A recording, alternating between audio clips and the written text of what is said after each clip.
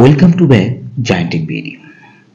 আজকে আপনাদের সাথে আলাপ করব সোয়েটার জ্যাকেট ফ্যাক্টরিতে কেন বর্তমানে কাজ নেই।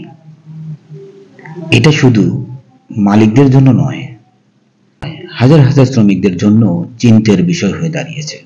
প্রথমত, আন্তর্জাতিক চাহিদা কমে গেছে।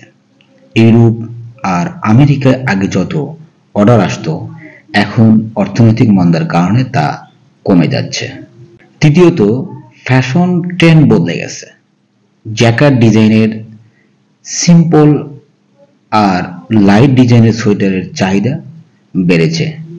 তৃতীয়ত, প্রতিযোগিতা চীন, ভিয়েতনাম, মিয়ানমার সহ অনেক দেশ কম খরচে এখন সোয়েটার বানাচ্ছে, ফলে বাংলাদেশি ফ্যাক্টরিগুলো পিছিয়ে পড়ছে। চতুর্থ, খুবই গুরুত্বপূর্ণ, কাঁচামালের দাম বেড়ে গেছে। ইয়ার্ন আর অন্যান্য উপকরণের দাম এত বেড়েছে যে উৎপাদন খরচ সামলানো কঠিন হয়ে পড়েছে বাংলাদেশি মালিকদের জন্য। সো আজ এই পর্যন্তই। পরবর্তী ভিডিও পাওয়ার জন্য অবশ্যই আমাদের পেজে লাইক দিয়ে আমাদের সঙ্গে থাকুন। ধন্যবাদ সকলকে। ভালো